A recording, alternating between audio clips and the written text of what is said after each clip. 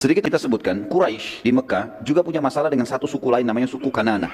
Suatu hari ceritanya begini, ada satu dari suku Kanana membunuh seorang dari suku Quraisy. Lalu keluarga si Quraisy menuntut dia, tidak usah dibunuh tuh orang, tapi bayar kepada kami. Waktu itu diahnya 100 ekor unta. Maka keluarga atau orang yang membunuh tadi membayar dia 100 ekor unta. Setelah selesai itu, biasanya sudah dianggap selesai masalah.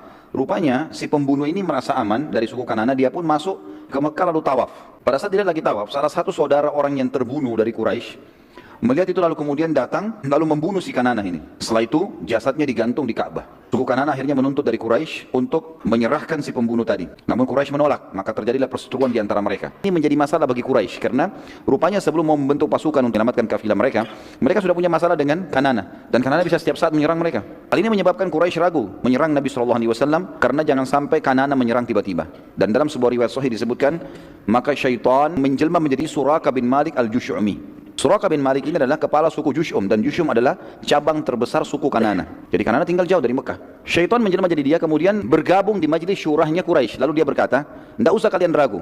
Aku yang memberi jaminan kalian dari suku Kanana. Kanana tidak akan menyerang kalian. Padahal ini suku Kanana sudah siap-siap memang mau menyerang gitu. Quraisy pun pada saat itu merasa tenang karena Suraka bin Malik salah satu pemimpin Kanana dan memang keputusannya di dalam suku Kanana didengar.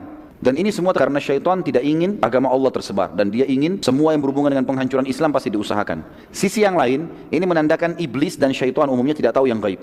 Mereka tidak tahu kalau nanti terjadi perang Badar muslimin yang akan menang. Mereka maunya pasukan Quraisy keluar. Jadi syaitan hanya bisa berusaha dan mereka tidak tahu hal yang gaib sama sekali. Maka akhirnya orang-orang Quraisy berhasil terpengaruh oleh pendapat syaitan tadi dan akhirnya mereka keluar. Dan Allah menceritakan masalah itu dalam surah Al-Anfal. Surah Al-Anfal ini banyak menceritakan tentang perang Badar. Surah nomor 8 ayat 48. Dan ingatlah ketika syaitan menjadikan mereka memandang baik pekerjaan mereka dan mengatakan, tidak ada seorang pun yang dapat menang terhadap kalian pada hari ini.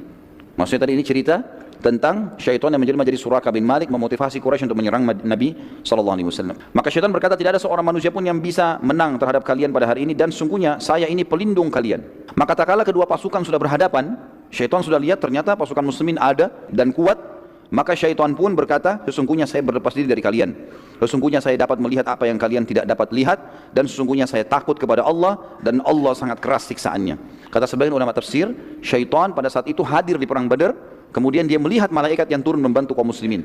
Maka pada saat itu dia mengatakan, saya lihat apa yang kalian tidak lihat. Saya bisa lihat malaikat, kalian tidak bisa lihat malaikat. Dan saya takut kepada Allah karena Allah sangat keras siksaannya. Kalau malaikat begini sudah datang, habis nih ceritanya. Sudah pasti kalah gitu. Tapi tadinya dia yang memotivasi orang Quraisy untuk keluar.